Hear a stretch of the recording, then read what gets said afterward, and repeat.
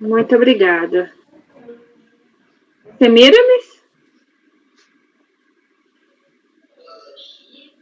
Vamos aguardar um minutinho, ver se ela aparece. Pronto. Boa tarde de novo. Bom, boa tarde a todos.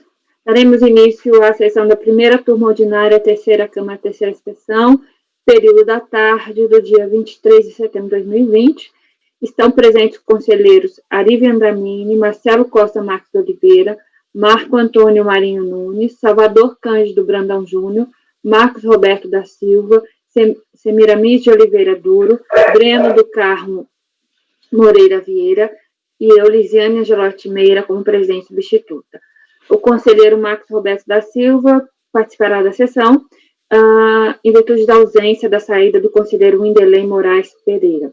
Nós teremos sustentação hoje nos itens 456 a 468, 469 a 472 e ainda 482 a 523. Eu peço, por gentileza, que o apoio, a Patrícia, chame a advogada Camila Gonçalves, do itens 456 a 468. Ok, presidente. Farei a convocação.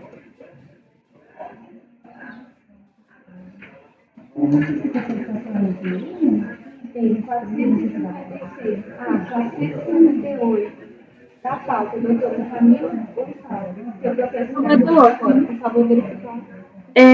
Salvador? Nos seus itens, a gente tem aquele ponto do processo está dividido entre hoje e amanhã. Você acha que é o caso de fazer tudo hoje, tudo amanhã? Quer dizer, uma parte hoje ou tudo amanhã? Está sem o microfone. Vai ser a mesma coisa com aquele processo de ontem, lá da Itaú Tractor, né? Que tá dividido. Os processos de hoje, eles têm, os de amanhã, tem ligação, tem uma ligação de hoje. Então, talvez seja melhor, porque a gente está com a pauta bem cheia, de qualquer modo, né? Então, se quiser fazer os que estão na pauta de hoje e os de amanhã, para mim tudo bem. Só que melhor, vai acabar participando do bloco de amanhã, né? Igual aconteceu com o Itaú Tractor, mas não tem problema. Vamos conversar aqui com a doutora Camila. Bem-vinda, doutora Camila. Boa tarde novamente. Tudo bem, doutora Semiramis, doutor Marcelo, doutor Ari? Boa tarde. Tudo bem? Cumprimento os outros também, que eu não vou ficar falando todo mundo. Doutora Camila, nós estamos conversando aqui sobre um ponto. A sua sustentação é dos itens 456 a 468, né? Sim. E depois a senhora volta 482 a 523 e uma parte para amanhã, o 534 em diante. Então, a nossa conversa em relação a esse recorrente, a CAFER, se nós vamos fazer uma parte hoje e outra amanhã, nós não podemos antecipar, ou fazemos tudo amanhã. Tá. Amanhã, pela manhã? Deixa eu ver aqui, é o 534. Peraí. Se amanhã estiver muito cheio, não sei se é melhor fazer hoje, essa parte de hoje, né? Exatamente. Não sei amanhã. Tem um na sexta-feira, né? Na sexta-feira, desculpe.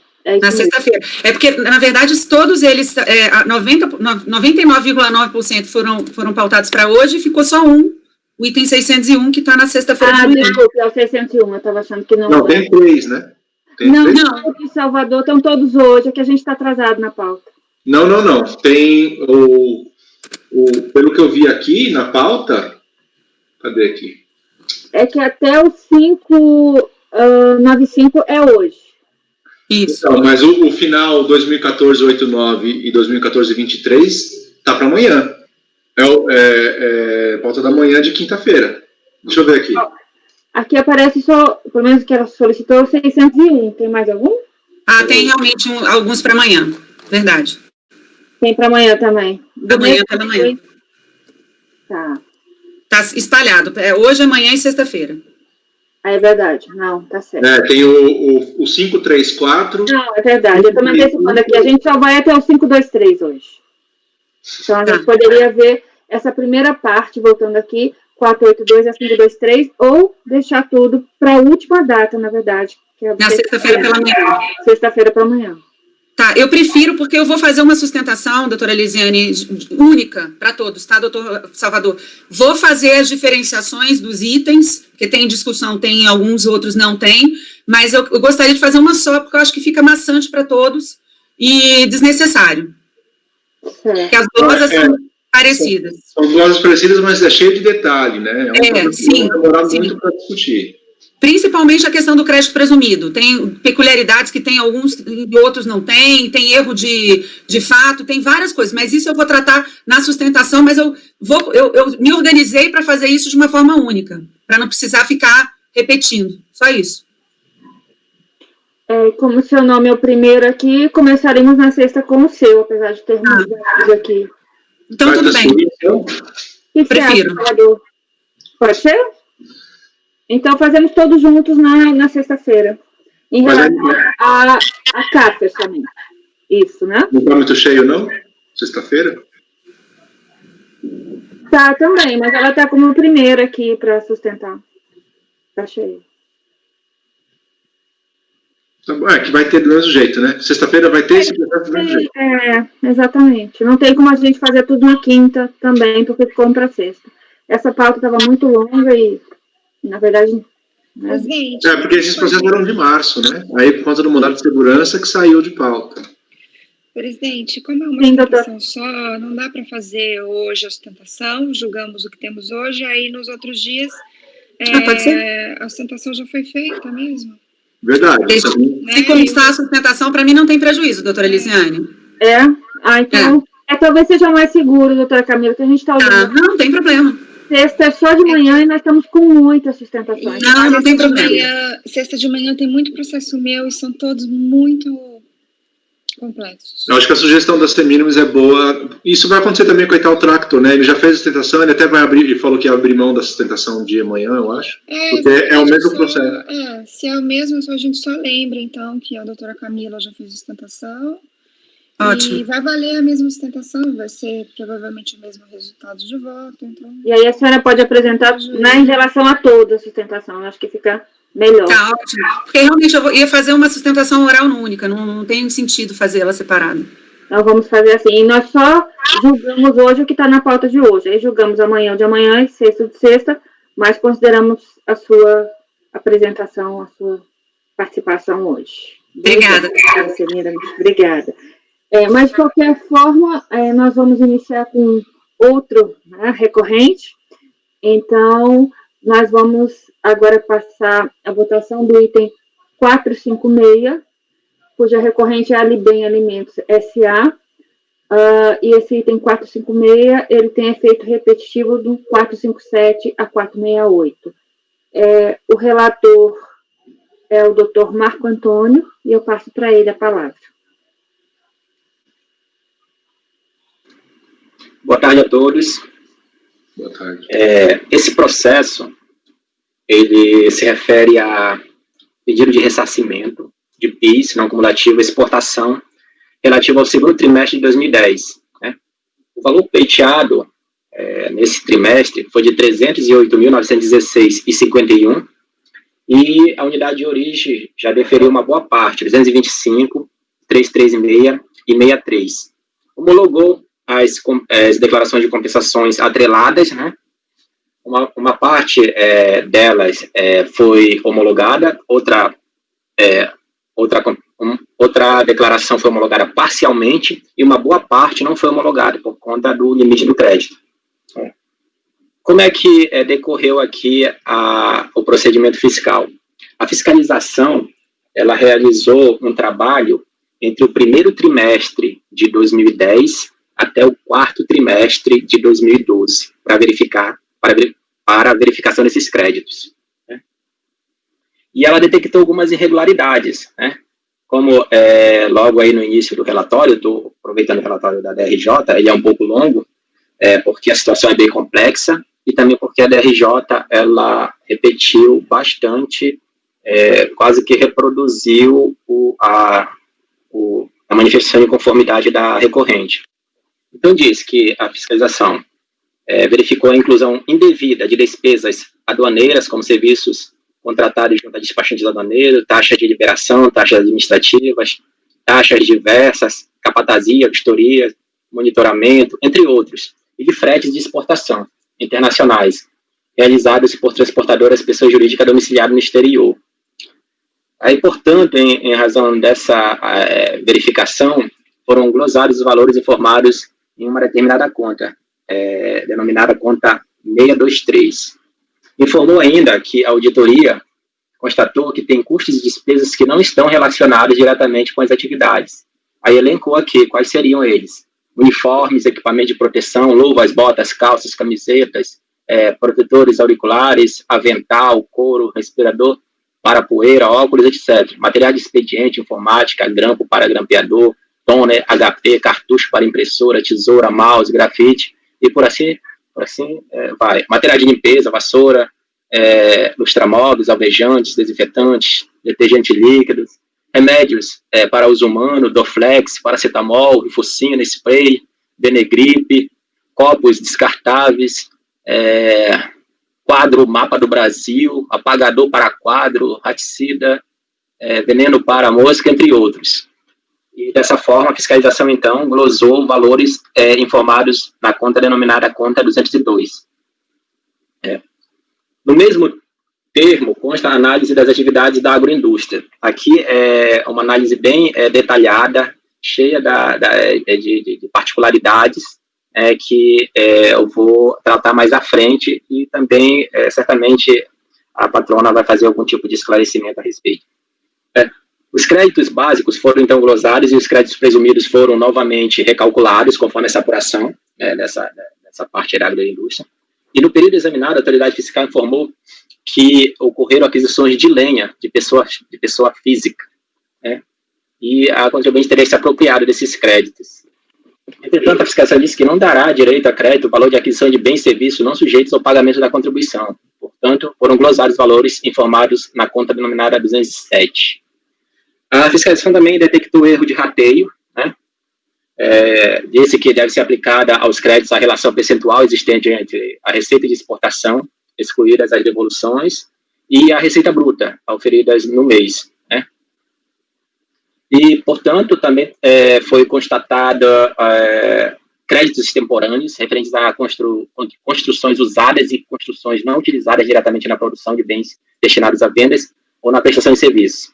Isso ocorreu relacionado ao mês de junho de 2011.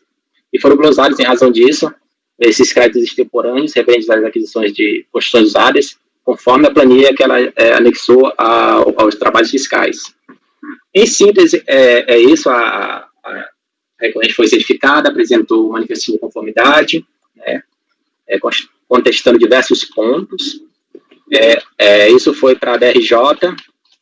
Eu estou passando adiante, tá? Essa parte todinha aí. Estou indo agora lá para a página 28, em que a DRJ, ao apreciar a manifestação de conformidade, considerou improcedente o recurso. Disso foi dada ciência à recorrente, que apresentou recurso voluntário, cuja estrutura está aí reproduzida, e que será no voto analisado. Em síntese, é isso o que eu tenho a relatar, e eu passo a palavra aí à presidente. Muito obrigada, doutor Marco. Eu passo a palavra agora à patrona, doutora Camila. Doutor Marco, eu acho que eu posso te decepcionar um pouco, porque eu vou tratar só de algumas dessas glosas, tá, nessa sustentação oral, até porque já tem algumas dessas glosas que já existe um entendimento pacificado em sentido contrário, mas existem algumas glosas aqui que eu queria destacar, que realmente são glosas importantes para o setor da empresa, que é uma empresa que trabalha essencialmente com a produção de carne, né? Carne, enfim, o produto final dela é esse, tá? Então, o que acontece? Realmente trata-se de um pedido de ressarcimento de crédito de PIS e COFINS não cumulativo, né? Esse lote trata de PIS e COFINS, né? A fiscalização, ela glosou alguns bens e serviços utilizados como insumos, como, por exemplo, taxas administrativas, serviços portuários, capatazia, uniforme, EPI, material de expediente informática, estou sendo bem genérica, ao contrário do que o senhor fez no relatório. Material de limpeza, remédio para uso, frete na aquisição de insumo e crédito extemporâneo, além de ter sido glosado também, ter sido questionada a questão da apuração do crédito presumido, e houve uma inclusão indevida de produtos frigoríficos em determinadas NCMs, né, a aquisição desses produtos. E utilização também da alíquota equivocada da aquisição do arroz, da quirela, do sorgo e da cevada. Esse é o panorama do processo, tá? O que eu vou sustentar aqui é basicamente a reversão, o pedido de reversão de glosa atinente a EPI, material de limpeza, frete na aquisição do insumo alíquota zero, capatazia, movimentação de carga e descarga e monitoramento da taxa de risco. Antes de adentrar no mérito, aí eu vou destacar novamente que a atividade preponderante da empresa é a fabricação de alimentos, né? Mais precisamente do produto de carne para consumo humano. Então, nesse caso, essas empresas, como os senhores sabem muito bem, e já isso aí o doutor Salvador também vai ver nos casos da Kaifer, eles passam por uma rigorosa fiscalização, né? Controle fitossanitário pela Anvisa, pelo MAPA. Então, há um controle, há normas fitossanitárias aplicáveis a este tipo de atividade.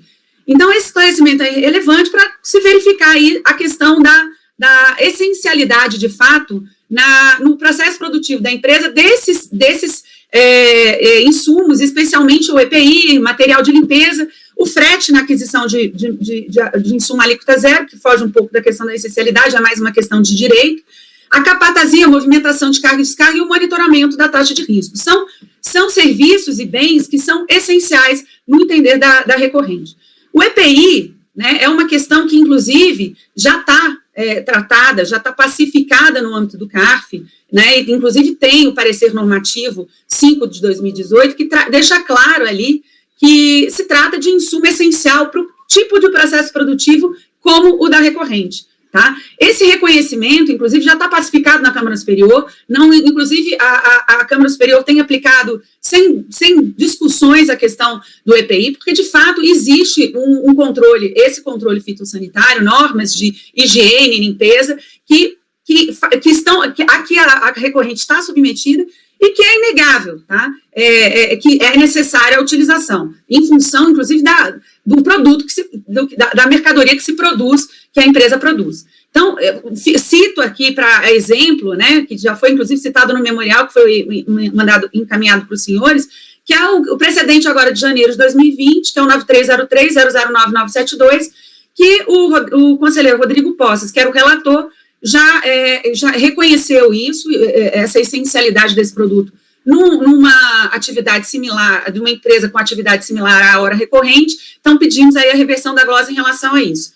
Na mesma linha do EPI, estão os materiais de limpeza, que também são essenciais, igualmente essenciais, no processo produtivo, basicamente pelos mesmos motivos. E essa questão, inclusive, também foi tratada no parecer normativo, e também foi tratada agora recentemente, em fevereiro, pela Câmara Superior. Não há dúvidas quanto à essencialidade desses insumos para o processo produtivo da empresa. E aí eu cito, né, um precedente que também está mencionado no memorial que foi encaminhado, que é o 9303-008-214, da relatoria da conselheira Tatiana Midori.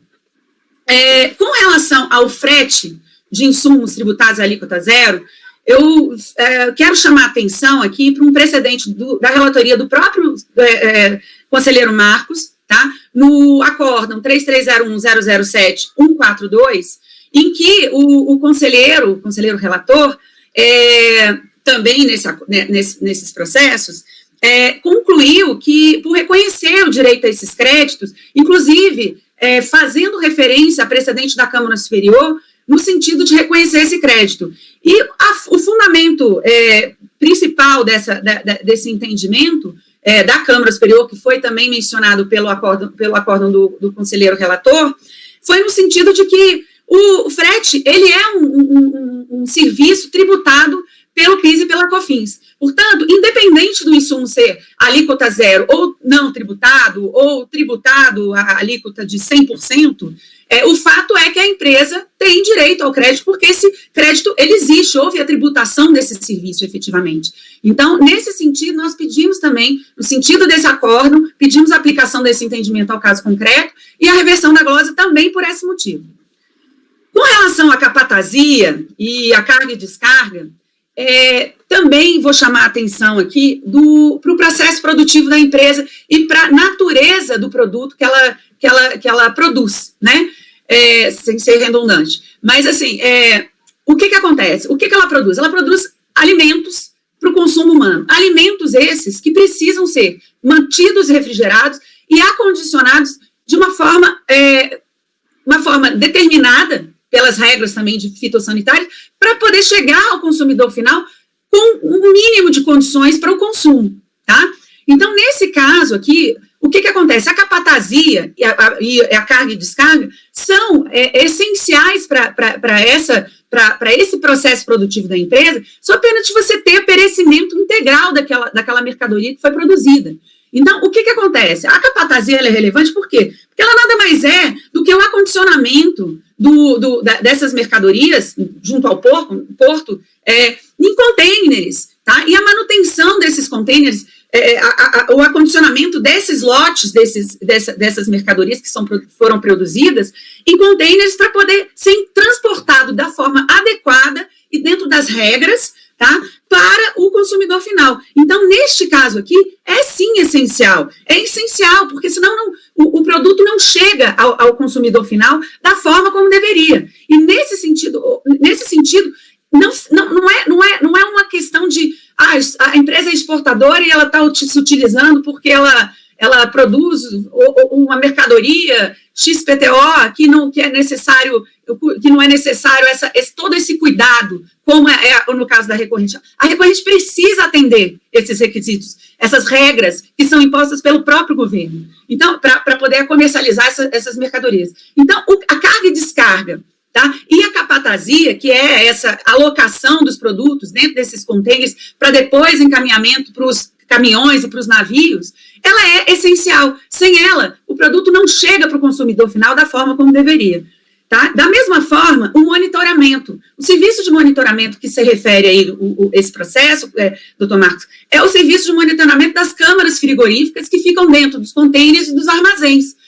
É óbvio que pela natureza da mercadoria que é produzida, é óbvio que é necessário que se monitore essas mercadorias, a temperatura, se controle isso. É um serviço essencial, sob pena de se também não chegar ao consumidor final essas mercadorias com o mínimo de condições de consumo. Então, nesse caso aqui, também, e nós entendemos aqui, com todas as vênias de quem entende o contrário, dos conselheiros que entendem o contrário, mas é essencial, sim, porque não há como você comercializar, não há como você viabilizar o processo produtivo da empresa se não houver um mínimo de condições para que você mantenha aquilo que foi produzido e para que se chegue isso ao consumidor final. Então, é essencial, sim, e nesse sentido, nós pedimos também a reversão dessa glosa em relação ao monitoramento.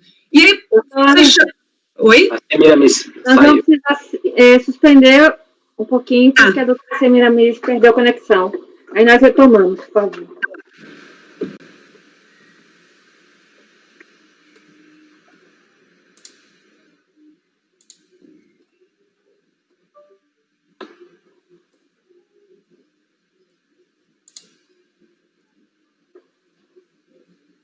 Todo mundo está em low definition? Deixa eu ver.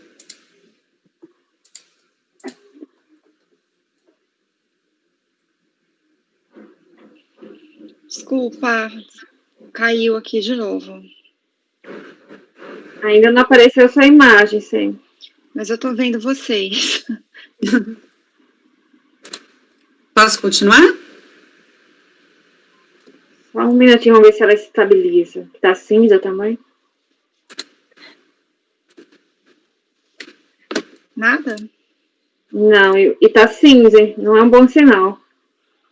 Você pode literalmente. Você pode me kick para fora? Tá. Cinza, literalmente, não é um bom sinal. Só mais um minutinho, doutora, por favor.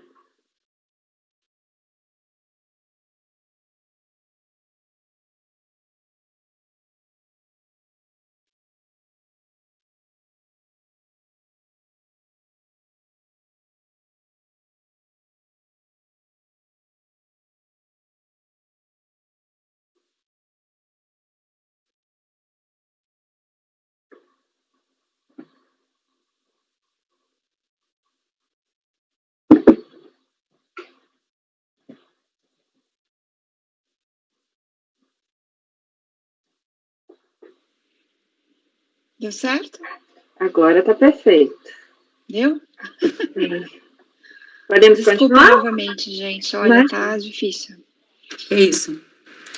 Mas eu vou só concluir aqui, eu não sei se a doutora Semira nos ouviu em relação à questão do monitoramento das câmaras frigoríficas. Eu estava levantando aqui, doutora Semira, mas que realmente é um serviço que para recorrente é essencial em função da natureza do produto também, né, porque é um produto que requer cuidados até o consumidor final e é necessário, sim, a questão da manutenção das temperaturas, dos containers, dos armazéns, para que chegue esse produto ao consumidor final com o mínimo de condições de uso. E, por fim, a questão da taxa de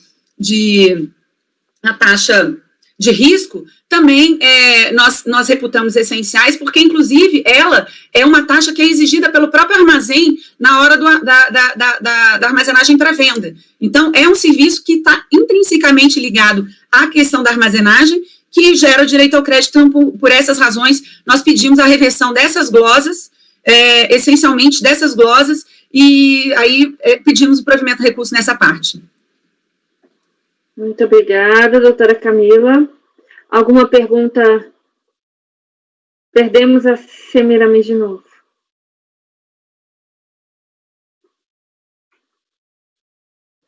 Vou dar um minutinho aqui, peraí.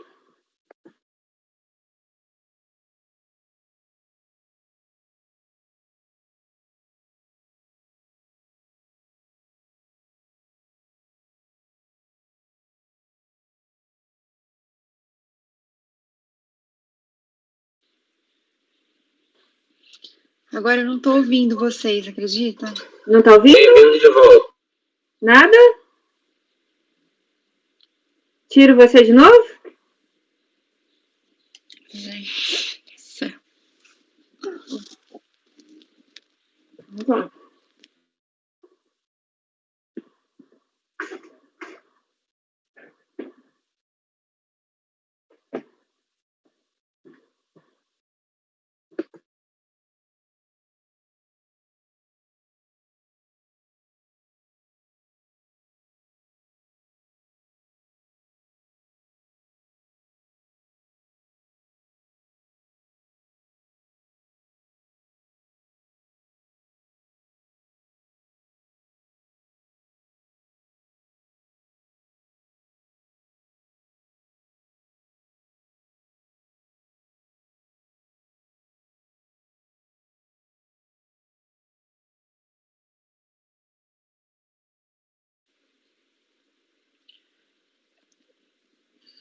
Está escutando agora? Agora foi. Desculpa, eu não sei o que está acontecendo. Eu simplesmente paro de ouvir ou caio direto. Desculpa a todos, desculpa a doutora Camila. Agora sim. Bem-vinda de volta, Semi. A doutora Camila tinha terminado a exposição e acho que eu ia perguntar se algum ponto, alguma questão para a patrona, algum comentário. Não? Podemos passar o voto? Então, por favor, doutor Marco Antônio. Obrigado, senhora presidente. Infelizmente, o recurso voluntário ele não está tão sintético quanto foi a doutora, né? E devemos, então, apreciar aqui cada ponto desse aí, do esqueleto, desse arquivo aí que eu deixei à disposição dos senhores. Tem que começar com a preliminar, a recorrente alega nulidade, né? Que devemos apreciar aqui. Nessa preliminar aqui, a recorrente suscita a nulidade do despacho decisório por ausência de fundamentação, argumento de que este não teria descrito com precisão os fatos entendidos como irregulares, não permitindo assim a ampla defesa e o contraditório. Diz a recorrente que a autoridade fazendária, ao afirmar que ela incluía devidamente na base de cálculo dos créditos valores referentes à despesa de armazenagem da conta 623, não apontou com exatidão que despesas seriam estas. Apenas citando exemplificadamente alguma despesa, valeu-se a fiscalização de abreviações, expressões como etc., entre outros, para delimitar os insumos glosados. Portanto, aí estaria a insuficiência das informações que justificaria a invalidade do despacho decisório por ausência de motivação. A minha análise aqui, eu começo já destacando aqui, né, como é que foi essa argumentação apreciada em primeira instância pela DRJ. A DRJ, em síntese, destacou aqui que isso não compromete a decisão, porque anexo à informação fiscal, ao despacho decisório, foram acostadas, né, diversas planilhas demonstrativos, todos para expor quais seriam esses itens glosados pelo fisco. Então, eu mais à frente estou esclarecendo, lá no final da página 33. Como bem destacado pela DRJ, todas as glosas realizadas pela fiscalização foram adequadamente demonstradas em planilhas anexas ao procedimento fiscal, não tendo o despacho decisório a missão de reproduzi-las em seu conteúdo, justamente porque a eles são anexas. Ademais, conforme ainda ressaltado pelo órgão julgador ACOR, o recurso apresentado pela interessada apresenta-se com bastantes elementos, argumentos, cálculos, jurisprudência administrativas e judiciais, além de explicações técnicas, demonstrando o perfeito entendimento da contribuinte quanto ao procedimento fiscal, o que implica dizer inexistente a alegação de exame de defesa, portanto, improcedente a preliminar. Quer saber se eu posso prosseguir, senhora presidente? Ou então a gente aprecia logo essa preliminar? Pode prosseguir. Tá. A próxima é o pedido de diligência, né, juntada de outros documentos. Ao final do recurso, a recorrente pleiteia a possibilidade de juntar outros documentos que possam corroborar com a comprovação da legitimidade dos créditos pleiteados durante o trâmite do presente processo administrativo, bem como, caso se entenda necessário, seja determinada diligência fiscal, tudo para comprovar os fatos acima descritos ou contraditar as alegações que eventualmente sejam feitas. Bem, quanto à juntada de novos documentos, entendo bem necessários, visto que a gama documental acostada aos autos permite afirmar que estes se encontram instruídos com todos os elementos de convicção necessários para a solução da contenda. E pelas razões do parágrafo precedente, prescindível a realização de diligência no presente caso, visto que esta se justificaria apenas na hipótese de elucidação de questões ou fatos suscetíveis a dúvidas da autoridade julgadora para a solução da lide, o que, igualmente, não é a atuação. Dessa forma, voto pelo indeferimento dos pedidos aqui expostos. Essa é a segunda preliminar, e agora eu vou passar ao mérito, né? Como eu já estou fazendo nos demais processos em que eu sou relator, eu estou seguindo, eu aprendi isso com o doutor Marcelo, né, a estrutura do recurso voluntário para evitar qualquer tipo de omissão ou de irregularidade na análise dos pontos elencados no recurso voluntário. Então, nesse tópico aí, 3.2, da jurisprudência como de interpretação de lacunas do direito tributário no recurso voluntário recorrente, diz que a DRJ considerou que os julgados administrativos apresentados em sua manifestação de conformidade não teriam qualquer valor, pois não vinculariam as partes envolvidas naqueles litígios. Defende que a invocação de precedentes auxilia na uniformização de jurisprudência, garante a efetividade do processo, além de garantir coerência e isonomia. Bem, a alegação é sempre nesse sentido. Eu aprecio aqui, em síntese, o que a recorrente quer é que as decisões judiciais e administrativas por ela colacionadas aos autos sejam observadas na decisão a ser aqui exarada. Em relação aos julgados administrativos, a DRJ esclareceu que, não se constituindo em normas complementares, não podem ser oponíveis à autoridade administrativa. Quanto às decisões judiciais, a sua obrigatoriedade, a qual não foi constatada na presente situação, observa-se somente quanto às súmulas vinculantes de que trata a emenda constitucional. Eu estou elencando aqui as hipóteses de vinculação. Então, pelas razões acima, concluir a DRJ que referidas decisões judiciais não tem o condão de afastar a aplicação da legislação em vigor. Correto assim o entendimento da DRJ quanto ao assunto, não merecendo qualquer reforma neste ponto.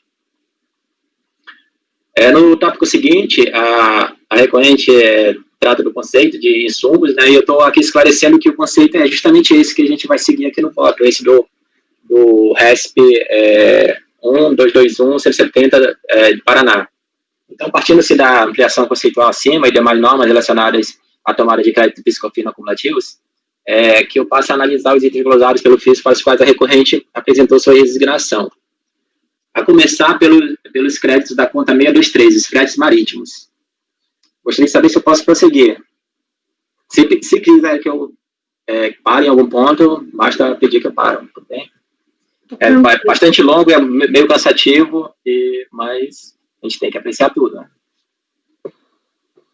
Crédito da conta 623. Então, eu subdividi esse tópico em 4.1 e seguintes, dos fretes marítimos. A recorrente afirma que foram glosados créditos sobre fretes marítimos internacionais sob a alegação de que, supostamente, os gastos com fretes internacionais arcados foram prestados por pessoa jurídica domiciliada no exterior.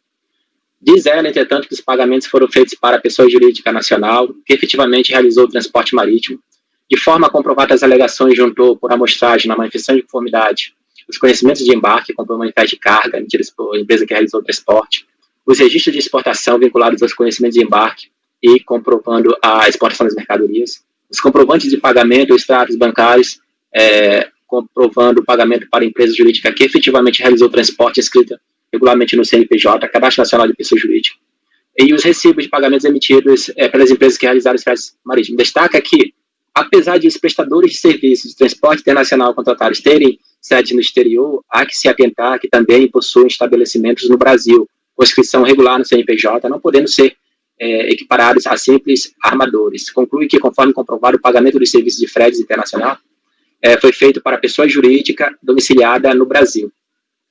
Eu aprecio aqui. A recorrente deixou claro que os prestadores de serviço de transporte internacional contratados têm sede no exterior. Dessa forma, o fato de o pagamento ter sido feito no Brasil a agente ou representante de transportador de pessoa jurídica domiciliada no exterior não dão direito ao crédito da contribuição, pois em desacordo com o artigo 3º, 9, combinado com o parágrafo 3º, inciso 2 da Lei 10.833. Neste sentido, temos o seguinte julgado desta mesma turma. A relatoria aqui foi do Dr. Valcir, né? Em que foi consignado que não são considerados adquiridos de pessoas jurídicas domiciliadas no país os serviços de transporte internacional contratados por intermédio de agente, representante de transportador domiciliado no exterior. Né? Então, assim, correta a glosa fiscal. Esse é o primeiro ponto. O tópico 4.2 trata de despesas de armazenagem. A recorrente defende que as despesas constantes na conta 623 estão perfeitamente contempladas no conceito de frete e armazenagem, sendo absolutamente essenciais ao processo produtivo da empresa e, por conseguinte, à consecução de seu objetivo social. Para relacionar a despesa, passa a relacionar as despesas: paletização, vistoria, monitoramento, unitização, handling, serviços de cross-docking, vestir de expir, estoniquetes, recepção e expedição, movimentação de carga, braçagem, aqui tá, taxas, deve ser taxas administrativas, retirada e devolução de container vazio, remoção, realocação de pátio, embarque, recuperação de frio, transbordo, remanejamento e mudança de navio. Faz um breve relato de cada uma das referidas despesas para o final e em razão da explicitação feita, concluir ser possível verificar o nexo de essencialidade delas à atividade produtiva da empresa, o que legitimaria o aproveitamento de créditos pela recorrente. Eu analiso essa parte. Pelos esclarecimentos prestados pela recorrente contra os dispêndios elencados, nota-se que todos eles se referem a despesas pós-produção, que, porém, não se enquadram, a meu ver, em despesas de armazenagem, conforme exige a norma, cito a norma. Nesse sentido, vale-me de trecho do voto vencedor do conselheiro Walber da Silva, constante do acordo 3302-001-736 da terceira Câmara, segunda turma ordinária da terceira sessão, datada de 18 de 7 de 2012, relativa a esse mesmo contribuinte, em que várias despesas acima foram apreciadas. Eu vou apenas ler aqui uma parte dos trechos do voto, desse acordo citado. No presente processo, trata-se das despesas com serviços de capatazia, monitoramento de mercadorias e movimentação de carga e descarga né, que o ilustre conselheiro relator considera despesas relacionadas à armazenagem dos produtos destinados à vendas com direito a crédito. As outras despesas, então, elencadas aqui, taxas administrativas, braçagem, taxa de risco, recepção e expedição, o ilustre conselheiro entendeu que não geram direito a crédito PIS/COFINS. Neste particular, não há reparo a fazer no seu voto. Aqui acompanha o ilustre conselheiro relator. No caso sob exame, trata-se de despesas portuárias incorridas pela recorrente. Como bem disse a decisão recorrida, tais despesas não se confundem com despesas de armazenagem de mercadoria. Pelas informações prestadas pela recorrente, não é possível sequer afirmar que as mercadorias manipuladas, serviços de capatazia, de movimentação de carga e descargas, ou monitoradas, estavam ou foram armazenadas ou não em depósito dentro do porto de embarque. Mesmo que estivessem armazenados, o serviço de armazenagem é distinto dos demais serviços prestados dentro do recinto alfandegado do porto de embarque das mercadorias. Aí ele passa alguns esclarecimentos. Primeiro, ao instituir a exceção à regra geral, criando o direito ao crédito de despesa pós-produção de armazenagem de mercadorias, o legislador não se referiu unicamente à armazenagem de mercadorias destinadas à exportação. Segundo, além do serviço de armazenagem de mercadorias, existem vários outros serviços e consequentes despesas vinculados à operação de exportação de mercadorias, que são genericamente conhecidos como serviços portuários e são obrigatoriamente utilizados pelos exportadores, acarretando várias despesas para o exportador. São despesas incorridas dentro da zona primária. Quisesse o legislador conceder crédito para esses outros serviços, teria feito alguma referência a eles. Terceiro, o legislador não fez nenhuma referência ao crédito de outros serviços empregados em mercadorias prontas e armazenadas. O fato das mercadorias estarem armazenadas não implica que os serviços necessários, por exemplo, à manutenção de sua integridade ou de suas qualidades intrínsecas, gerem direito a crédito. Tais serviços existem também quando as mercadorias prontas estão estocadas dentro do estabelecimento produtor e nem por isso gera crédito. Não vejo como equiparar as despesas acima referidas a despesas de armazenagem de mercadoria, a que se refere a legislação do PIS/COFINS. Pelas razões acima, considero correta a glosa fiscal, pois todas as despesas aqui elencadas não se confundem com despesas com armazenagem. Posso prosseguir, senhor presidente?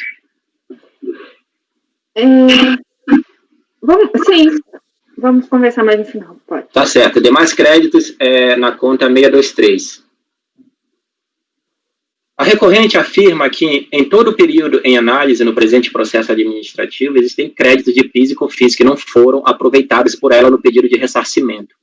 Ela disse que os créditos são legítimos e estão decorrentes de despesas do próprio período em análise. Alega que a fiscalização no decorrer do procedimento fiscal deveria ter verificado a existência desses créditos, não pleiteados pela recorrente, eis que constam demonstrados no livro Razão, SCD e na própria planilha de cálculo utilizada pela fiscalização para análise.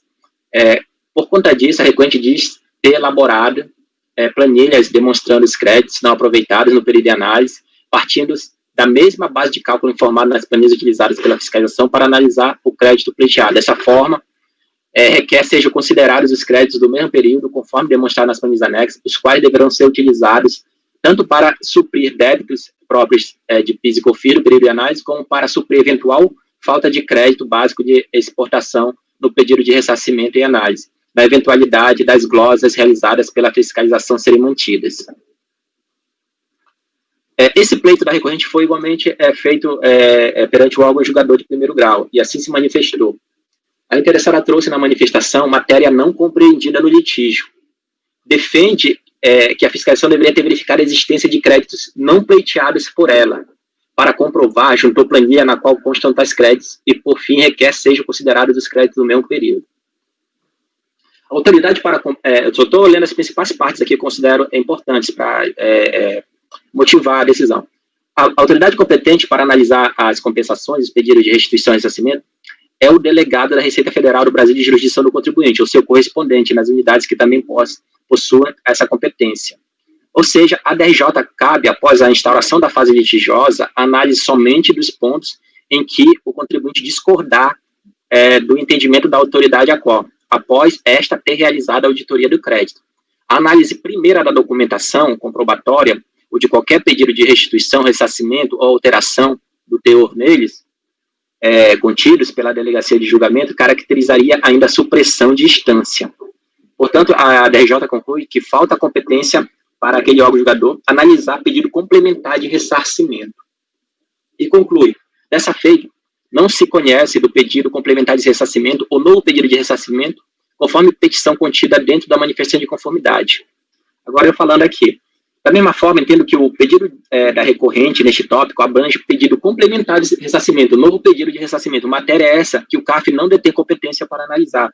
Eis que a competência material deste colegiado de segunda instância administrativa limita-se àquela atribuída ao colegiado da Corte, a DRJ. Em outras palavras, se o assunto foge à competência da DRJ, obviamente é possível ser apreciado neste colegiado, no CARF, conforme o artigo 1º do anexo 2 da portaria 343, o ICARF. Pelas razões acima, eu não conheço dessa parte do recurso. Eu gostaria de fazer um esclarecimento que, em relação a esse pedido aqui, a recorrente, ela reproduz esse pedido em diversos outros trechos de seu recurso voluntário. E mais à frente, novamente, eu vou tratar dessa mesma questão. Então, é uma alegação aqui que vai se repetir constantemente daqui para frente. Posso prosseguir, senhora presidente? Agora, em relação aos insumos glosados? Sim, por favor. Insumos glosados, 3.5.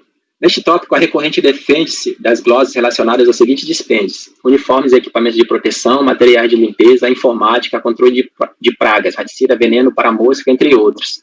A alegação da defesa, em síntese, pauta-se na essencialidade desses dispêndios para a atividade que desenvolve. Aprecio, uniformes e equipamentos de proteção. Eu vou direto logo para minhas considerações, já que ela já apresentou aí quais são as alegações, para agilizar.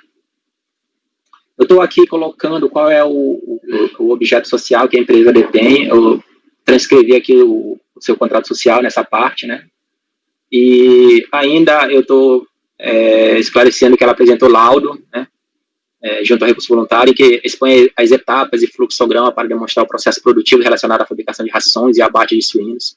Portanto, pela conceituação de insumo trazida no tópico 3.3, conceito de insumo, entendo serem geradores de crédito das contribuições dos itens em comento, eis que da análise das atividades da recorrente, nota-se que seu processo produtivo demanda necessariamente o uso de indumentários e equipamentos de proteção individual, sem falar de que tais itens são exigidos por imposição legal, objetivando a segurança do trabalho de observância obrigatória para as empresas privadas. Dessa forma, devem ser revertidas as correspondentes glosas. Materiais de limpeza. Né? Igualmente como no tópico precedente, considero abrangido no conceito de insumos os materiais de limpeza, vassouras, lustramóveis, alvejantes, desinfetantes, etc., utilizados no processo produtivo da recorrente. Esses materiais justificam-se pela necessidade da empresa manter um ambiente limpo e propício para a industrialização de seus produtos destinados à alimentação humana e animal. Corrobora, nesse sentido, o laudo técnico acostado pela recorrente aos autos, de onde se extrai que tais materiais visam garantir a boa qualidade dos produtos industrializados. Tem vários errinhos aqui de concordância, depois eu vou ter que ajustar isso tudo. Bem como eliminar o risco de qualquer tipo de contaminação. Portanto, destina-se à higiene do ambiente produtivo, suscetível à fiscalização de órgãos governamentais, notadamente em razão dos produtos que são industrializados e destinados à alimentação humana e animal. Dessa forma, as correspondentes glosas devem ser revertidas. Agora, a parte de informática. A recorrente defende a essencialidade de sistemas de informática em razão de sua aplicação em diversos setores da empresa: produção, logística, comercialização e produção. Ademais, para ela, as despesas com informática enquadram-se perfeitamente na hipótese dos artigos 290 e 299 do Regulamento do Imposto de Renda de 99, e, portanto, no conceito de insumo adotado por este colegiado, pois essenciais para a atividade comercial que representa o signo da riqueza da produção e que faz parte do seu objeto social. Neste ponto, acompanho as conclusões da DRJ, de que não há no sistema de informática a característica de essencial, como mencionado pela recorrente, para qualificá-lo como insumo. Ao que se vê, a recorrente pretende aplicar a legislação do imposto de renda para fim de creditamento das contribuições não cumulativas, tese, porém, há muito superada neste colegiado e também no âmbito judicial. Dessa forma, devem ser mantidas as respectivas glosas. controle de pragas, raticida, veneno para mosca, entre outros. Ela aduz esse recurso inaugural, que tem como objeto social a criação de aves, ovinos, a fabricação de rações, a industrialização de carnes, produtos de carnes oleaginosas, o comércio atacadista e varejista, o depósito e armazenagem de carne, cereais, rações e oleaginosos, a importação e exportação de produtos e insumos, dentre outras atividades. Diz ela que, em razão de tais atividades, serviços de controle de pragas e os produtos químicos utilizados são indispensáveis e essenciais para tornar os produtos que industrializam aptos para consumo, bem como para o produto receber a sua classificação e poder de comercialização. Eu entendo pelas razões acima que o dispêndio relativo ao controle de pragas para empresas do setor da recorrente, agroindústria, estão contidos no conceito de insumo e aptos a possibilitar o crédito das contribuições. Tais dispêndios, como bem explicitado pela interessada, são realizadas para que as carnes, produtos de carnes e oleaginosos não sejam atacados por pragas que os tornariam impróprios para consumo humano, bem como para atender às normas exigidas por órgãos reguladores, fiscalizadores federais, quais exigem que os estabelecimentos devem ser mantidos livres de moscas, mosquitos, baratas, ratos, camundongos e quaisquer outros insetos ou animais. Sendo assim, devem ser revestidas as glosas dos gastos com controle de praga, raticida, veneno para mosca, etc. Crédito presumido. O item 3.6, na página 43. Né? A recorrente defende que a alíquota do crédito presumido a ser aplicada nas aquisições de soja e farelo de soja nos anos de 2011 e 2012 é de 60%, nos termos do artigo 8º, parágrafo 3º, inciso 1 da Lei 10.925 de 2004. A discorda do entendimento da decisão recorrida que considerou correta a redução do percentual aplicado de 50% para 30%. E ela informa também que, como o cálculo presumido foi elaborado aplicando apenas uma alíquota de 50%, as aquisições de soja nos anos de 2010, 2011 e 2012, ela entende ter direito a 60%, elaborou uma planilha para pleitear essa diferença de 10%. Então, ela requer que essa diferença também seja reconhecida para que seja adicionada ao crédito reconhecido e também para fazer frente a débito porventura existente no decorrer do procedimento fiscal. Eu estou apreciando, eu estou aqui transcrevendo o trecho do relatório fiscal que cuida dessa parte. E no trecho aqui eu coloquei em negrito, para vocês darem uma olhada, que fala do período relativo a 2011 e 2012. As compras de farelo de soja, né, diz aí as contas, e compras de soja. Contas 730, 171 e 158. Né? Aí fala que as alíquotas, aplica-se a alíquota de 30% e os créditos presumidos foram recalculados, né, conforme a planilha anexa. A planilha destacada pela fiscalização está embaixo, ela está um pouco assim, reduzida, mas se colocarem aí nos 10% dá para chegar, né, nessa explicação, nessa informação. Por que eu coloquei tudo isso? Né? Como se vê no relatório fiscal, as glosas fiscais limitaram-se ao ano calendário 2011 e 2012, né, inexistindo tal procedimento para o ano calendário 2010, ou mais especificamente para o segundo trimestre de 2010. O processo que a gente está analisando aqui agora, esse refere ao segundo trimestre de 2010. Né? Esse aqui é um esclarecimento que eu queria fazer nesse ponto, é que quando esses processos de insumo, né, eles são colocados como paradigma de repetitivo, isso é muito arriscado, porque os conselheiros, eu entendo que o conselheiro tem que se ater àquele que está aqui, em análise. Se o CARF quisesse, né, se alguém, não sei quem foi que elaborou esse lote, quisesse que nós analisássemos cada um deles, teria desmembrado e passado todos, no caso aqui, toda essa gama de processos aí para mim. Então, eu estou analisando o segundo trimestre de 2010. E isso não é motivo para qualquer glosa referente a essas contas. Então, eu estou falando aqui, ó, não guardam relação com o procedimento fiscal afeto ao período tratado nos presentes autos, segundo trimestre, as alegações da recorrente envolvendo glosas das contas 158, 171 e 730. Aí, quanto ao pedido para reconhecimento de direito creditário suplementar, aí foi aquela explicação anterior que já foi dada aqui. Então, compete ao CARF apreciar pedido suplementar ou retificação de PDComp que altere crédito. Dessa forma, impertinente às alegações e solicitações deste tópico. O tópico seguinte se refere a crédito presumido sobre suínos vivos, conta 120, 128, 135, 923. Né? A recorrente, ela informa que apurou crédito presumido na aquisição de suíno no ano de 2010, aplicando uma alíquota de 35%, não tendo aproveitado o referido crédito nos anos de 2011 e 2012. Ressalta que a fiscalização analisar os pedidos de ressarcimento de PIS e COFINS de 2010 a 2012 não glosou esses créditos, é bom destacar isso, não glosou, aceitando como correta a alíquota de 35% aplicada pela recorrente.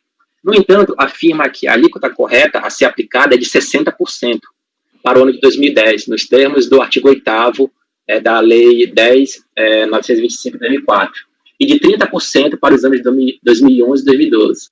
Por essa razão, como somente havia tomado crédito a alíquota de 35% nas aquisições de suínos vivos no ano de 2010, juntou os autos planilha em que foram refeitos os cálculos do crédito presumido, buscando essa diferença de 25% entre a alíquota inicial aplicada, de 35%, né, e a alíquota de 60%, efetivamente devida. Quanto aos anos de 2011 e 2012, como não havia tomado qualquer crédito, relacionou na mesma planilha os créditos presumidos calculados à alíquota de 30% sobre a aquisição de suínos vivos nos anos de 2011 e 2012. Né? Dessa forma, ela requer reconhecimento do crédito presumido das aquisições de suínos vivos à alíquota de 60% no ano de 2010, sendo reconhecida a diferença de 25%, né, sobre o crédito já tomado, bem como seja reconhecido o crédito presumido à alíquota de 30% nos anos de 2011 e 2012, ainda não aproveitados pela recorrente, sendo que os créditos não tomados sejam utilizados para suprir valores de créditos que porventura fiquem faltando, na eventualidade de alguma das gloses realizadas pela fiscalização serem mantidas e utilizadas para suprir uma eventual falta de crédito básico de exportação no pedido de ressarcimento e análise no presente processo administrativo. Aqui é a minha apreciação agora. Cumpre observar que a fiscalização, ao apreciar o pedido de ressarcimento destes autos relativo ao segundo trimestre de 2010, não efetuou glosa das aquisições mencionadas pela recorrente. Quanto a tal fato, não há controvérsia, visto que a própria recorrente afirma em seu recurso voluntário a inexistência dessas glosas. Sendo assim, não há litígio a ser dirimido perante este colegiado. Inclusive, tal entendimento e inexistência de controvérsia foi adotado pela DRJ. Aqui eu estou expondo o que a DRJ falou. Não havendo glosa quanto às referidas contas, não há litígio que possa ser apreciado perante o CARF. Né? E quanto ao pedido para reconhecimento de direito creditório suplementar, sob alegação de ter apurado valores de créditos a que ter direito e não contemplados em seu pedido de ressarcimento, remeta a apreciação deste pedido as razões expostas no item 3.4.3, que eu já expus anteriormente. Dessa forma, impertinentes as alegações e solicitações deste tópico. Outra conta aqui. Tópico 3.8. Crédito presumido nas aquisições de milho. Contas 157 e 170. A recorrente relata que o acordo recorrido reconheceu o cálculo equivocado do crédito presumido nas aquisições de milho durante os anos 2010, 11 e 12, uma vez que foi aplicada a alíquota de 35%, enquanto a correta era de 30%. Né? Por outro lado, segundo ela, nesse período de 2010 a 2012, não tomou crédito presumido de todas as aquisições de milho. Aqui tinha direito, existindo mais créditos do que efetivamente pleiteado, exemplo de outras aquisições já abordadas em sua defesa. Assim, elaborou planilha na qual calculou a parcela do crédito não tomada, aplicando-se a alíquota de 30%.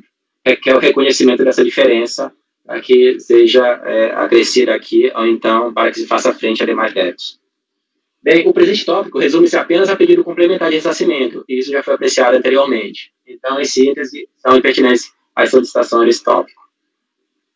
Agora, o tópico 3.9, final da página 46. Né?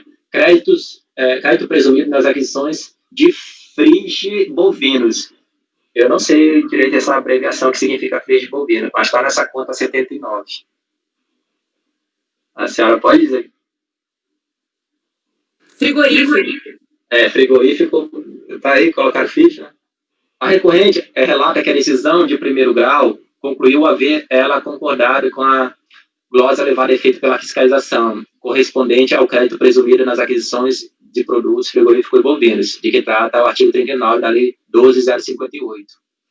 Por outro lado, segundo a recorrente, em parte das aquisições, em 2011, ela tomou crédito presumido utilizando apenas a alíquota de 30%, né? Em parte das aquisições de 2011. Sequer tomou crédito, em parte de 2011, sequer ela tomou crédito, razões pelas quais elaborou uma nova planilha, realizou aproveitamento de uma alíquota complementar de 10%, né? Nas aquisições em que equivocadamente ela havia aplicado 30%, e nas aquisições em que não havia tomado crédito, aplicou a alíquota de 40%, conforme indicado pela fiscalização. Então, aqui é novamente a história de querer diferença de alíquotas que ela deveria ter aplicado em montante superior. Novamente, aqui não há litígio, pois a recorrente, já em fase de manifestação de inconformidade, concordou com a alíquota apontada pela fiscalização, conforme a seguir. Eu estou colocando aqui, né, tanto o relatório fiscal, trecho do relatório fiscal, quanto da manifestação de conformidade, e estou destacando que não há litígio, e no que se refere ao pedido complementar de ressarcimento, estou remetendo a análise ao tópico já analisado quanto a esta alegação. Impertinente, portanto, solicitação deste tópico. Tópico 3.10, crédito na aquisição da conta 160. A recorrente informa que, de acordo com o relatório fiscal, teria calculado equivocadamente o crédito nas aquisições dos itens constantes na conta 160, concedendo apenas um crédito presumido com base no artigo 55 da Lei 12.350 de 2010. Reproduz o trecho correspondente do relatório fiscal. Vai reproduzir. No entanto, a recorrente discorda do procedimento fiscal ao argumento de que todas as aquisições da conta 160, referente a um preparado utilizado como complemento alimentar, chamado comercialmente de premix, foram tributadas à alíquota integral de PIS e COFINS, conforme notas fiscais juntadas aos autos. Logo, segundo ela, deve ser afastada a glosa fiscal, devendo ser mantido o crédito integral de PIS e COFINS. Portanto, requer, além do afastamento da glosa, o reconhecimento do direito ao crédito integral de PIS e COFINS sobre a base de cálculo, sobre a base de crédito não utilizada, sendo este crédito utilizado para compensar valores que, na eventualidade da manutenção de quaisquer das glosas realizadas pela fiscalização, fiquem descobertos, e ou para suprir o valor pleiteado no presente pedido de ressarcimento. Agora, estou analisando. Não é o que possa ser analisado neste tópico, pois a glosa relaciona-se ao período de 2011 e 2012, enquanto o pedido de ressarcimento objeto dos presentes autos limita-se ao segundo trimestre de 2010. Né? No que diz respeito ao pedido complementar, eu estou remetendo a análise já feita. Dessa forma, pertinentes às alegações e solicitações deste tópico. Passando agora ao 3.11. Créditos nas aquisições da conta 162. É muita conta. A recorrente informa que, em relação aos créditos tomados na conta 162, apurados por ela, com alíquota integral de PIS e COFINS, a fiscalização os transformou em presumido, o que restou aceito, conforme declaração na manifestação de inconformidade. No entanto, afirma ter realizado uma revisão de créditos dessa conta, em que verificou a existência tanto de créditos tomados com alíquota integral, que deveriam ter sido tomados com alíquota de crédito presumido, como de créditos que sequer foram aproveitados. Estes últimos contêm aquisições sem incidência de PIS e COFINS, crédito presumido, e aquisições tributárias, crédito integral. Por conta disso, elaborou planilha onde recalculou todos os créditos do período, básicos e presumidos. Assim, da mesma forma, como pleiteado nos itens anteriores, ela requer que esses créditos básicos e presumidos, que não haviam sido aproveitados, sejam considerados para os futuros débitos, bem como para compor o valor pleiteado no presente pedido de ressarcimento, na eventualidade de alguma glosa realizada pela fiscalização ser mantida. Bem, o procedimento fiscal relacionado à conta 162 foi esclarecido no relatório fiscal da seguinte forma. Eu estou colocando aí e destacando o período, novamente, 2011 e 2012. Portanto, não há litígio quanto ao procedimento de glosa das aquisições da conta 162, conforme atestado pela própria recorrente em seu recurso voluntário. Além disso, a glosa fiscal relaciona-se ao período 2011 e 2012, enquanto o pedido de ressarcimento objeto dos presentes autos limita-se ao segundo trimestre de 2010. E quanto ao pedido complementar de ressarcimento, o novo pedido, eu remeto às explicações já feitas. Impertinente a solicitação desse tópico. Crédito nas aquisições da conta 159. A recorrente relata que a fiscalização, analisar os créditos da conta 159, glosou parte dos créditos pleiteados com alíquota integral, definindo apenas o crédito presumido. Procedimento mantido na DRJ sob o fundamento de que a então manifestante concordou com os valores deferidos pelo fisco. No entanto, diz que existem outras aquisições nessa mesma conta para os quais não tomou créditos, envolvendo aquisições tributárias com alíquota integral, são os básicos, como aquisições sem incidência, que são as presumidas. Por conta disso, elaborou na planilha novamente a mesma alegação aqui. minha apreciação. A fiscalização apreciou as aquisições da conta 159 da mesma forma como apreciou as aquisições da conta 162, do tópico precedente, conforme prova o correspondente trecho do relatório fiscal já reproduzido. Dessa forma, para evitar repetições desnecessárias, remeto à presente análise a constante do tópico precedente, 3.11. Conclusão, igualmente pertinente à solicitação. Aí, 3.13. Crédito presumido nas aquisições de frigoríficos suínos, segundo a recorrente, e suínos industrializados, conta 149. A recorrente relata que a fiscalização detectou a apuração de créditos indevidos sobre essas aquisições e de carnes de suínos industrializados, procedimento mantido pela DJ, argumento de impossibilidade de se apurar crédito à luz dos respectivos dispositivos legais. Discorda, entretanto, do procedimento fiscal, bem como da decisão de piso, em razão de as carnes de suínos industrializadas representarem insumos essenciais para a manutenção de seu processo produtivo, visto ser inconcebível que uma agroindústria que produza produtos de origem animal não adquira parte de suínos industrializados, que é a matéria-prima para a sua produção. Assim, somente por essa razão, deve ser reconhecido o direito ao crédito presumido à alíquota de 12%, conforme pretendido. Ela menciona aqui também que foram identificadas aquisições de partes de suínos industrializados no período de 2011, para os quais não havia tomado crédito, de forma que é cabível seu aproveitamento em conformidade com a planilha de recálculos apresentados. E o mesmo pedido aqui, para que esses créditos adicionais sejam reconhecidos. Vejamos como o físico tratou as aquisições da referida conta. Estou reproduzindo aqui, período relativo ao ano 2011 e 2012, é interessado também incluir devidamente na base de cálculo do crédito presumido de aquisições de carne de suínos industrializados, da conta 149, né?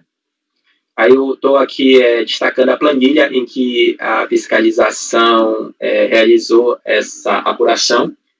E, como se vê, não houve glosa de créditos referentes às aquisições registradas na conta 149 no período tratado nos presentes autos, a saber, o segundo trimestre de 2010, porque tais glosas limitaram-se aos meses de fevereiro a julho de 2011, de acordo com essa planilha aí. Tá? Logo, como o presente processo não comporta a glosa contestada pela recorrente, não há o litígio correspondente a ser apreciado por este colegiado. E quanto ao pedido de complementar de ressarcimento, eu remeto às razões já expostas. Dessa forma, impertinentes as alegações de solicitação deste tópico. Crédito na conta 207. Diz a recorrente, quanto à inclusão incorreta de valores referentes a aquisições de lenha de pessoa física, na base de cálculo da apuração dos créditos da contribuição para o PIS e COFINS, que ela mesma reconheceu o equívoco realizado, de fato este, no qual se apegou a RJ para chancelar a glosa realizada pela fiscalização. No entanto, ela reitera sua alegação de que a lenha adquirida trata-se de insumo utilizado e consumido no seu processo produtivo, de modo que legítimo o creditamento à alíquota de 60% de PIS e COFINS nas referidas aquisições, nos termos do artigo 8º da Lei 10.925 de 2004. Ela destaca ainda, né, que a fiscalização repetiu os valores glosados em novembro e dezembro de 2010, nos meses de janeiro a fevereiro de 2011, quando, em verdade, não houve aproveitamento de crédito nos meses de janeiro e fevereiro de 2011. Trata-se, portanto, de um equívoco da fiscalização que simplesmente replicou os valores glosados em novembro e dezembro de 2010, nos meses de janeiro e fevereiro de 2011, e que não deve subsistir neste segundo grau de jurisdição. E aqui, novamente, ela diz que tem valores adicionais e que apresenta planilhas e que, portanto, quer que sejam reconhecidos.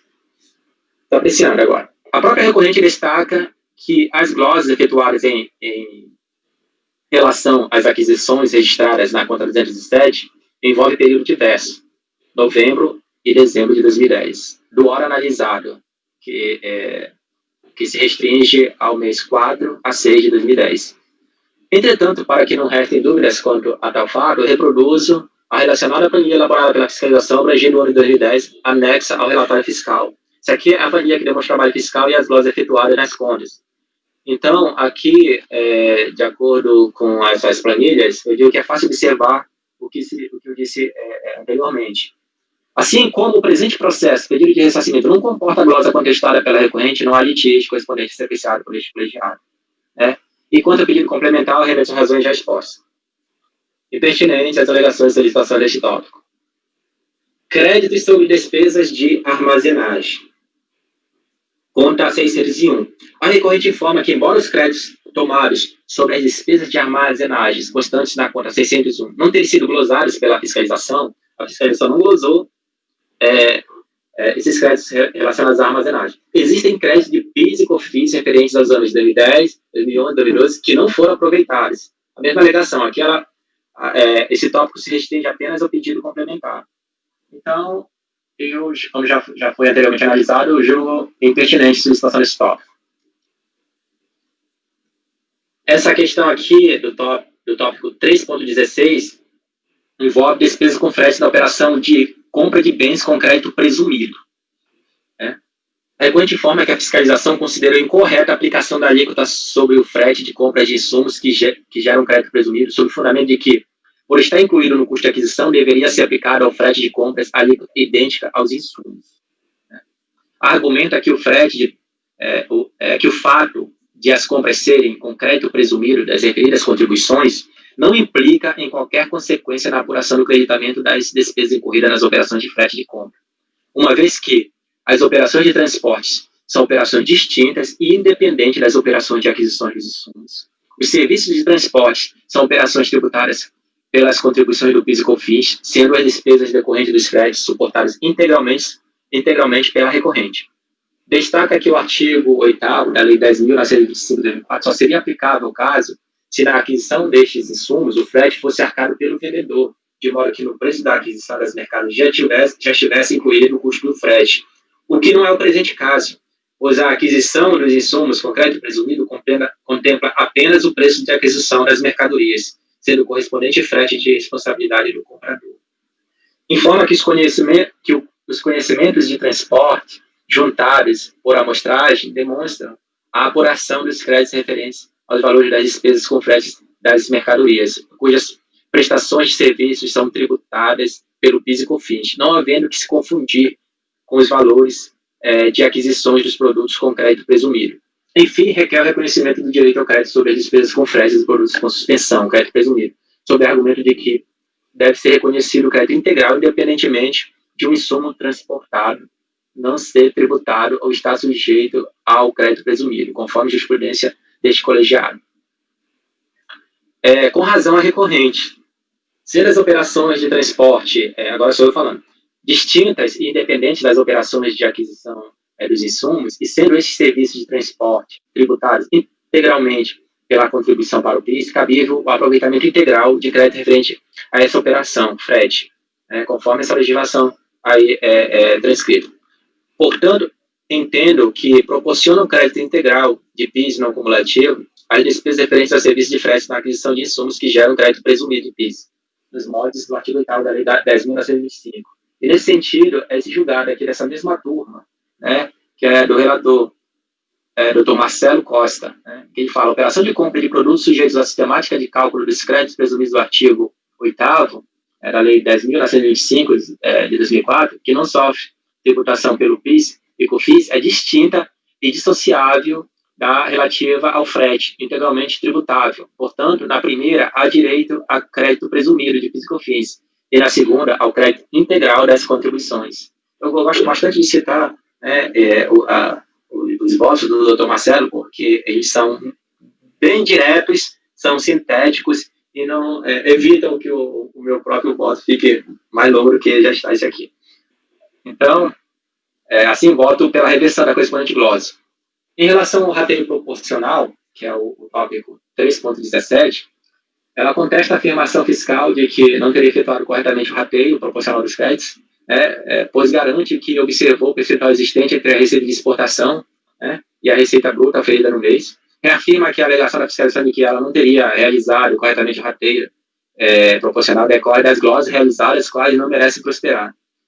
Esclarece que foi a partir das glosas realizadas que a fiscalização remontou toda a apuração do PIS e COFINS da empresa nos anos de 2010 a 2012, realocando valores em função de débitos próprios do PIS e COFINS que renderam devidamente compensados ou aproveitar os créditos presumidos de forma indevida. Nesse sentido, ela rola novamente que sejam analisadas as planilhas juntadas, posto de que sempre realizou o rateio correto dos créditos do PIS e COFINS. Analiso. A fiscalização, ela esclareceu essa parte do trabalho fiscal da seguinte forma: A interessada não efetuou corretamente o rateio proporcional e o estorno dos créditos da contribuição para o PIS e COFINS. Deve-se aplicar aos créditos a relação percentual existente entre a receita de exportação, excluídas as devoluções, e a receita bruta, oferida no mês. Né? Ao analisar essa mesma alegação, a DRJ teceu as seguintes considerações. Eu vou ler apenas a parte principal. Neste aspecto, quanto ao rateio, as leis que regem as contribuições de encomenda determinam 2 métodos de apropriação de custo: despesas e encargos vinculados às receitas, direta ou do rateio proporcional. A primeira exige sistema de contabilidade de custo integrado, coordenado com a escrituração, e a segunda é o rateio proporcional, aplicando-se aos custos, despesas e encargos comuns a relação percentual existente entre a receita bruta sujeita à incidência não cumulativa e a receita bruta total, oferida em cada mês. A contribuinte ela optou pela segunda forma da apuração, sendo que qualquer modificação nos números apresentados, seja por retificação do DACOM, espontaneamente, ou por glosa decorrente de apuração fiscal, determinará recálculo no rateio inicialmente proposto. Então, a DRJ conclui da seguinte forma: concursando-se as planilhas elaboradas e juntadas pela fiscalização, confirma-se que os cálculos nela contidos diferem-se daqueles originalmente apresentados pela interessada no seu lançamento contábeis, determinando o correto entendimento da autoridade fiscal. Então, na leitura acima, transcrita, bem esclareceu a DRJ que qualquer modificação nos números apresentados pela recorrente, seja por retificação do DACOM espontaneamente ou por glosa decorrente de apuração fiscal, isso determina o recálculo do rateio inicialmente proposto, como ocorreu no presente caso. Então, está correto o procedimento fiscal e sem ressalvas a fazer com a decisão de piso. Aqui é o crédito extemporâneo. A recorrente está defendendo, isso daqui dá para resumir, a aplicação de crédito extemporâneo, que foi apurada em junho de 2011. Né? Só que junho de 2011 está fora do período aqui abarcado no nosso pedido. Então, como a glosa de respeito é unicamente ao mês de junho de 2011, não abarcando os temas e litigios referentes autos, que tratam de período diverso, de 4 de 2010 a 6 de 2010, não há razão para qualquer manifestação desse colegiado neste tópico. Aí, créditos não apropriados pela recorrente, a mesma repetição de que ela reanalisou a contabilidade, suas apurações, seus documentos, e apresentou diversas planilhas aqui para que seja deferido, reconhecido créditos complementares. Né? Então, é pertinente a solicitação desse tópico também. Então, no mérito aqui, eu estou concluindo, dizendo que eu voto por organizar em parte o recurso voluntário, rejeitar as preliminares nele suscitadas, e em seu mérito dar parcial provimento para reconhecer o direito ao crédito de PIS sobre os seguintes insumos: uniformes e equipamentos de proteção, materiais de limpeza, controle de pragas, raticida, venenos para mosca, entre outros, e reconhecer o direito ao crédito integral de PIS sobre os gastos com fretes incorridos para transporte de produtos cujas compras geraram crédito presumido de PIS, conforme o artigo 8º da Lei 10.925 de 2004. Muito obrigada, doutor Marco Antônio. Eu tenho dúvidas ou gostaria de conversar sobre a capatazia. Não sei se alguém tem sobre alguma questão anterior. Eu ia até te perguntar sobre isso, já que você vai falar, então... Eu ia perguntar para você mesmo, Lisiane. Tá no âmbito da armazenagem. Nós temos, eu achei aqui, nós temos decisão da nossa turma, foi da FRS Agro, também alimentos, e nós concedemos por maioria, o Marco Antônio não estava na turma. Foi na venda? Na venda. Na venda? Na venda. Na venda, né? Isso. Então... eu tenho uma questão a respeito da armazenagem. Eu também. Deve ser a mesma. Exatamente, porque, quer dizer, o inciso 9, ele fala expressamente em armazenagem. Isso. Né? E aí a gente tem que pegar o conceito de armazenagem. A armazenagem, ela abrange todos esses serviços, doutor Marcos, que o senhor mencionou ali. Manuseio, transporte, paletização, armazenagem é tudo isso. Então, eu acho que eu reverteria a glosa, porque eu acho que os serviços, a armazenagem compreende todos esses serviços, inclusive a capatazia, aí, que é a qual a doutora Lisiane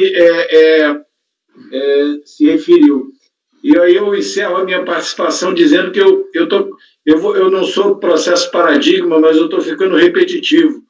Né? Eu estou definitivamente muito impressionado com a qualidade do seu trabalho, doutor Marco. O meu mandato está acabando, eu nunca fiz e tenho certeza que nunca farei algo com essa qualidade aqui. O senhor realmente está de parabéns, o seu trabalho é impressionante mesmo. Eu acredito que o senhor esteja falando isso só porque está sendo gravado. E porque tem a patrona, né? Está muito bem feito mesmo. Mas é verdade, Marcos, parabéns mesmo. Mas eu acompanho o Marcelo, realmente a minha observação era igual. Mas quero parabenizar o Marcos, né? Excelente o trabalho. Eu vejo aqui, só uma observação que eu queria fazer, é que aconteceu um tipo de prejuízo ao recurso da recorrente quando elaboraram esse lote de repetitivo. Né? Eu não tenho nada a ver com isso, porque foi passado apenas um processo. Se tivessem passado todos, eu teria analisado todos, o período todo, toda essa alegação, esse recurso foi grande, muito grande. Mas, doutor Marcos, só para esclarecer e deixar mais tranquilo, eu já tive o mesmo problema hoje de manhã com um lote que foi feito, 2 lotes que foram feitos com o doutor Paulo, lá na turma do doutor Paulo. Os processos discutiam matérias distintas e foram colocados no mesmo lote. Então, depois, não sei qual é a saída que vai dar a isso. A nossa parte aqui... Se não me engano, nos embargos, dá para embargar os repetitivos, né, dizendo que eles não são iguais ao paradigma. Exatamente. Essa questão aí de crédito extemporâneo, por exemplo, é apenas de um mês lá de 2011, eu acho que é de junho a julho. Então, é só o processo paradigma a respeito que vai tratar disso. Os outros não tratam disso. O processo repetitivo.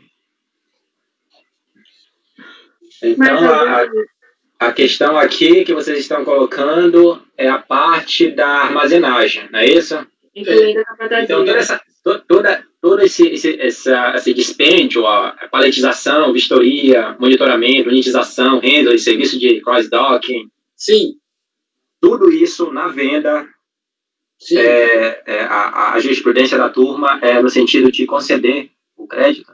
Porque tudo isso faz parte... A armazenagem é um termo genérico, né? Todas essas despesas compõem o custo de armazenagem. Porque eu citei aqui um voto, um julgado, né, do CAF, é antigo, é de 2012. Né, nós temos um Marcos de 2018, que eu achei aqui, e para não dizer que era unânime, você não estava na turma, e o Antônio Carlos Só Cavalcante, que não concordava. Mas era uma maioria tranquila. Eu vou refletir melhor a respeito desse assunto, mas por enquanto eu vou manter aqui o meu posicionamento a respeito desse tema e vou estudar melhor. Eu queria que, inclusive, se a senhora pudesse colocar isso na pasta para eu pegar depois, né, para facilitar. Mas a pesquisa que eu fiz me levou a essa conclusão aqui. Tá? Ok. Estamos prontos para votar? Sim. Sim? Doutor Ari, por favor? O Salvador quer falar alguma coisa, não quer? Não? Eu achei que o Marcos Roberto ia pedir a palavra, mas não. Desculpa. Não, já relacionado a um ponto que eu divido um pouco da turma, que é aquele crédito, a lei do crédito presumido. Depois eu me posiciono na hora do voto, tranquilo. Obrigada. Podemos iniciar a votação, então? Doutor Ari, por favor? Anotar aqui para ajudar a doutora. Situações extracurriculares para fazer. Primeiro que essa turma, como diz o Marcelo, o sarrafo está ficando muito alto. O Marcos, o Breno, assim vai ficar difícil acompanhar. Segundo, quero parabenizar o Marcos, realmente um voto primoroso. Parabéns, Marcos. E quanto ao voto, eu vou abrir divergência quanto à armazenagem, somente. O resto, perfeito seu voto.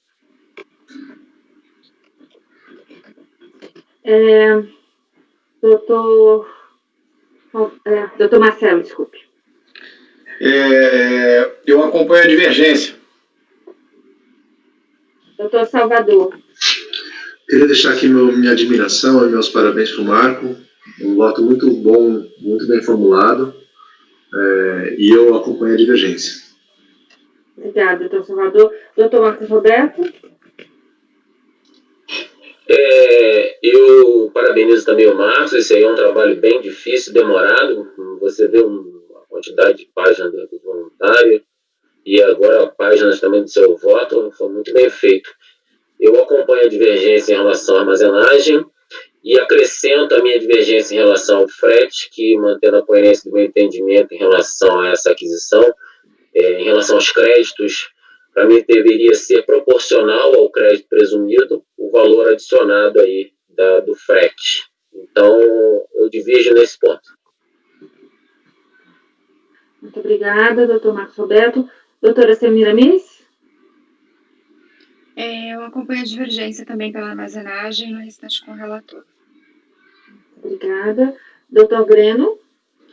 Eu acompanho a divergência pela armazenagem e, presidente, se a senhora me permite, eu, como experiência também em outras sessões aqui no CARF, posso falar com relativa propriedade que um voto absolutamente primoroso e complementando o que o Ari disse, Ari, fico lisonjeado por ter sido citado por Vossa Excelência, mas que eu acho que o coleguismo, a amizade e o companheirismo dessa turma motiva cada vez mais cada um fazer um trabalho de altíssimo nível de qualidade. Então, Marcão, parabéns e acompanhe a divergência do Ari, presidente. Obrigado.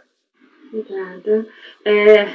Eu também acompanho o relator, com exceção de armazenagem, que acompanha a divergência. Então, nossa decisão é por unanimidade em relação a reconhecer o crédito que está aqui na lição, uniformes, equipamentos de proteção, material de limpeza, controle de pragas. É por maioria em reconhecer o crédito em relação à armazenagem, né? Em relação ao crédito de PIS e COFINS sobre gastos com frete para transporte de produtos, há uma divergência do Dr. Marcos Roberto. Então, a maioria também. Obrigada. Obrigada. Eu tenho que sair e voltar de novo depois? Não, nós vamos continuar para não ter essa... Eu acho que tem que nomear alguém para fazer o voto vencedor, não tem? Sim, é verdade. Então, entre o Ari e o Marcelo. Eu posso fazer, como eu abri a divergência, eu me candidato. Obrigada. Então, o voto vencedor é do Dr. Ari. Fazer um voto vencedor num voto primoroso como esse tem que ser o mestre Ari, né? Dá trabalho. O mestre Ari.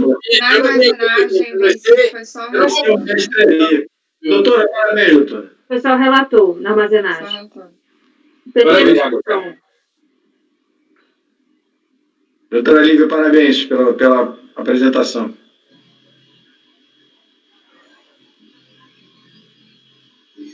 Ok, encerramos então o item, eu tenho que mencionar aqui os repetitivos também, né? O item 456 que se repete, né? Nos itens 457 a 468, pelo menos por enquanto.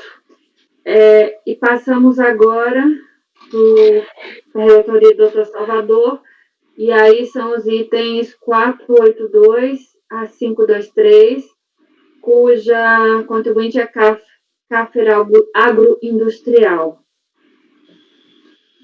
Deixa eu só fazer uma consideração. Me dá um minutinho, não precisa parar de gravar, não, e nem tirar a doutora Camila.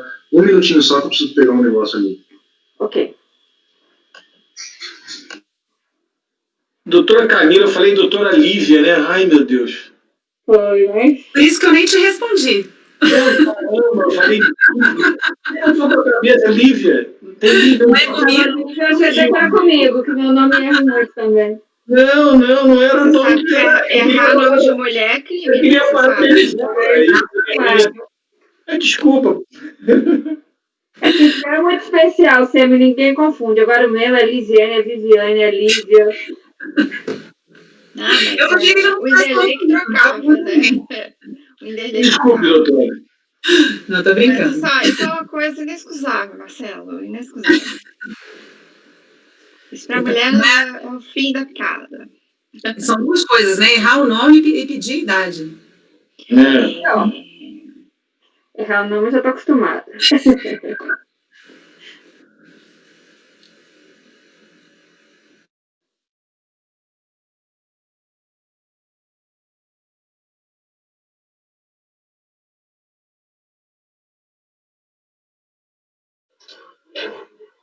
Meu sinal aqui tá baixíssimo. Espero que eu não caia aqui.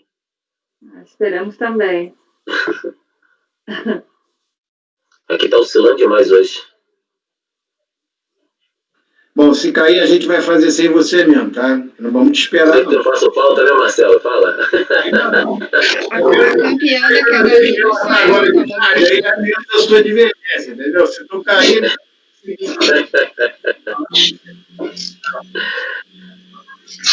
Estou de volta. Vamos lá, doutor Salvador. Deixa eu só. Eu queria fazer uma sugestão aqui, eu não sei se a doutora Camila se concorda com isso ou não, e se a presidente também. Esse que está na pauta, em primeiro número aí, qual que é o número dele? 482, o final de 49. Isso. Ele é de 2014, né? Sim. Pelo que eu me lembro, a doutora Camila me confirma, ele só discute crédito presumido da agroindústria. Tem um outro, que é o 518, que é final 2013-30, que ele inclui todas as outras glosas que existem nos outros processos e inclui também esse crédito presumido. Isso. Então, eu acho que otimizaria o nosso tempo se a gente analisasse o 518, para a doutora Camila fazer a sustentação oral de todos os itens glosados, e inclusive do crédito presumido, e depois a gente volta lá para o 574, qual que é? Não, 474, né? O número dele? 482.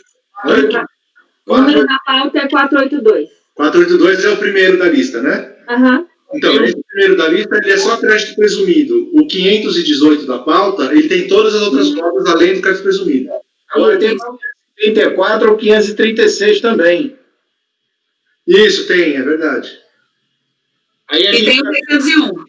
O 534 ou 536 nós não podemos fazer hoje. É amanhã. Ah, tá. Tá? Doutora Elisiane, mas não tem prejuízo eu fazer a sustentação oral de Não, todos. nenhum. Ganhamos tempo, porque realmente sexta-feira... É ficar repetindo todo dia a mesma sustentação, ou parecida. Já é válida. Só para eu me localizar, doutor Salvador, então nós vamos ao julgamento do 518. Minha sugestão é essa. Então, Mas ele não tá na pasta, doutor Salvador. Eu procurei aqui. Dá uma olhada, confere, por favor. Grupo... Tem que colocar lá. Tá não, Salvador. Peraí, só um minutinho. Ele está na pasta que chama Grupo 3. Achou? Grupo 3? não tem grupo 3. Peraí, um minutinho. Deixa eu ver aqui. Não, tá aqui sim. Tá aqui sim. Agora achei. O Roberto é que é chato, pô. Pelo amor de Deus. Pelo amor de Deus. Cara chato, pô. Tá sempre levantando ponto, meu Deus do céu. Então, está dentro da pasta Grupo 3. Porque eu fiz várias pastinhas de grupo, porque são processos que discutem os mesmos... Eu não achei ainda. Está no dia 23? Está no dia 23, dentro da pasta Keffer. E dentro da pasta Keffer tem uma outra pasta que chama Grupo 3. Ah, tá. Eu estava procurando direto o grupo 3, desculpa. Final 30. 2013, 30, né, Salvador? Isso. Ok. A minha parte está ok. Todo mundo conseguiu abrir? Podemos iniciar?